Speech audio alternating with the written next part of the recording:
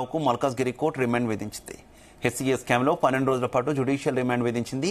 జగన్మోహన్తో పాటు హెచ్సీఏ కోశాధికారి శ్రీనివాసరావు, సీఈఓ సునీల్, ప్రధాన కార్యదర్శి రాజేందర్ యాదవ్, ఆయన సతీమణి కవితకు మల్కాజ్గిరి కోర్టు 12 రోజుల రిమాండ్ విధించింది. కవితను చెంచల్గూడ జైలుకు, మిగతా వారిని చెల్లపల్లి జైలుకు పోలీసులు తరలించారు.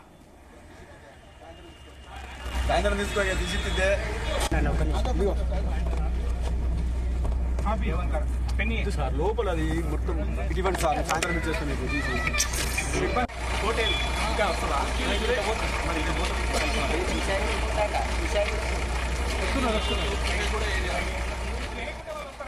ఇక హెచ్సీఏ అధ్యక్ష ఎన్నికల్లో అక్రమాలు చేశారని, పదవి చేపట్టాక భారీగా నిధులు మళ్లించారని జగన్మోహన్ రావుపై ఆరోపణలున్నాయి. మాజీ మంత్రి కృష్ణ యాదవ్ సంతకాన్ని శ్రీచక్ర క్లబ్ ప్రెసిడెంట్ కవిత ఫోర్జరీ చేసి ఆ పత్రాలను జగన్మోహన్కు అందించారని, ఆ పత్రాలతో హెచ్సీఏ అధ్యక్షుడైనట్టు సిఐడి ఆరోపిస్తోంది. ఈ నేపథ్యంలో జగన్మోహన్ను అరెస్ట్ చేసినట్టు సిఐడి ఉదయం ఓ ప్రకటన విడుదల చేసింది. వైద్య పరీక్షల అనంతరం ఆయన్ను మల్కాజ్గిరి కోర్టులో హాజరుపరిచారు. న్యాయస్థానం 12 రోజుల పాటు రిమాండ్ విధించింది.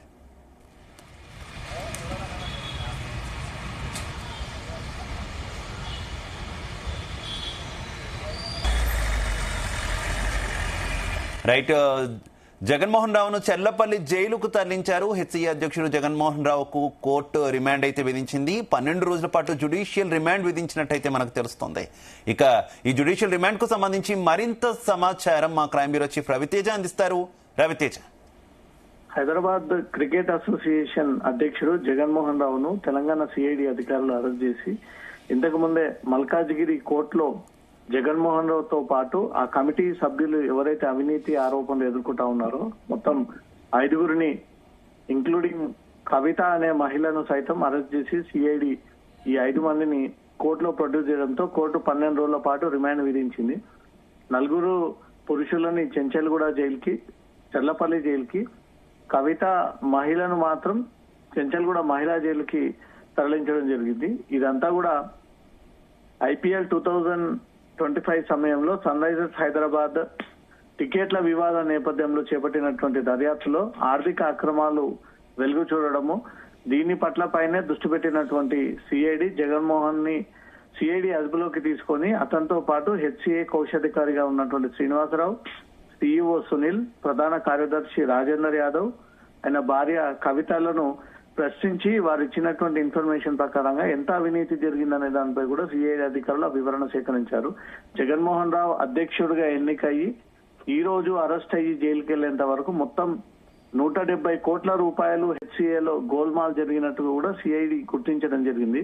ప్లేయర్స్ ఎంపికలో అవినీతి చేయడము, హెచ్సీఏ సభ్యులు ప్లేయర్స్ తల్లిదండ్రుల నుంచి భారీ మొత్తంలో డబ్బులు వసూలు చేయడము, హెచ్సీఏలో చెక్ పవర్ ను దుర్వినియోగం చేయడము, బీసీసీఐ ద్వారా వచ్చినటువంటి నిధుల్లో గోల్మాల్ చేయడము, SRH నుంచి కాంప్లిమెంటరీ పాసుల్లో సైతం బ్లాక్ లో అమ్ముకొని నిందితులు సొమ్ము చేసుకున్నారు అంటూ కూడా ఈ విషయం సిఐడి ఎంక్వైరీలో బయటపడింది. క్రీడాకారుల కోసం ఉపయోగించాల్సినటువంటి కాంప్లిమెంటరీ పాసులని పెద్ద ఎత్తున అవినీతికి పాల్పడము, SRH పై జగన్మోహన్ రావు తిరిగి వేధింపులు బ్లాక్ మెయిల్ చేసి అదనపు ఇంకా కోటా కావాలని ఆ వచ్చే 10% కోటాను సైతం తను కోట్లాది రూపాయలుగా సంపాదించేటువంటి పథకం వేశాడంటూ కూడా బీసీసీఐకి ఈ లేఖ రాయడము, దీన్ని రాష్ట్ర ప్రభుత్వం ప్రతిష్టాత్మకంగా తీసుకొని తెలంగాణ బ్రాండ్ ఇమేజ్ దెబ్బతింటుంది కేవలం జగన్మోహన్ రావు వ్యక్తిగత విషయంలో అంటూ కూడా ఈ కేసుపై విజిలెన్స్ కమిటీని పెట్టి ఈ కేసుని సిఐడికి అప్పగించి సిఐడి అధికారులు జరిపినటువంటి విచారణలో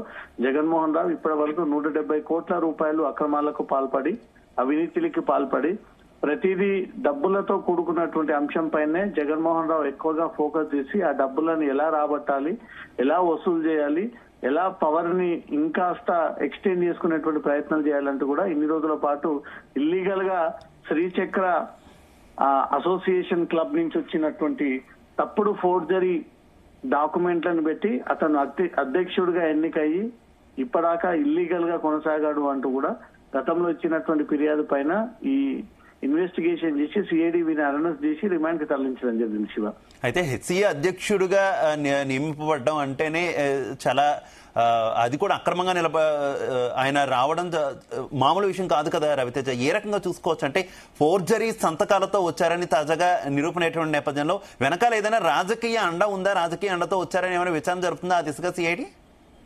సిఐడి నమోదు చేసినటువంటి కేసు వివరాల్లో ఆర్థిక అక్రమాలు, పత్రాల ఫోర్జరీ, బ్లాక్ మెయిలింగ్, బెదిరింపు, నిధుల మళ్లింపు, ప్లేయర్స్ ని ఎన్నిక విషయంలో తల్లిదండ్రుల నుంచి భారీగా డబ్బులు వీళ్ళు వసూలు చేయడము, ఎస్ఆర్హెచ్ మ్యాచ్ సందర్భంగా వచ్చేటువంటి కాంప్లిమెంటరీ పాసులన్నీ కూడా వీళ్ళు బ్లాక్ దందాలో అమ్మి దానిపై వచ్చినటువంటి కోట్లాది రూపాయల డబ్బులు, అది సరిపోకుండా మరో 10% వ్యక్తిగతంగా తనకు కావాలి, నేను హెచ్సిఏ ప్రెసిడెంట్ ని, నేను అడిగితే ఇప్పటి వరకు నాకు డబ్బులు చెల్లించరా అంటూ కూడా లక్నో మ్యాచ్ సందర్భంగా ఎస్ఆర్హెచ్ టీం సభ్యులు కూర్చోవాల్సినటువంటి వివిఐపి గ్యాలరీలకు సైతం తాళం వేసి బ్లాక్ మెయిల్ చేసి వాళ్ళని లొంగ తీసుకొని బెదిరించి వాళ్ళని ఏ రకంగా 10% టికెట్లని రాబట్టేటువంటి ప్రయత్నం చేశాడు.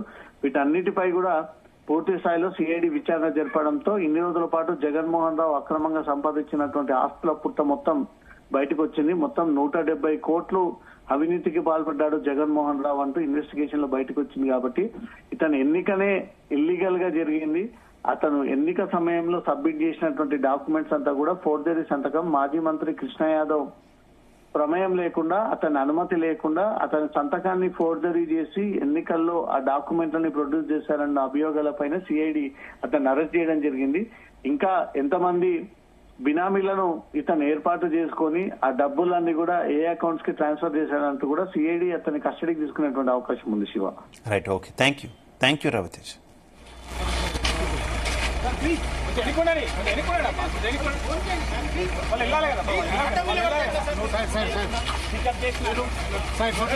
పికప్ చేసిన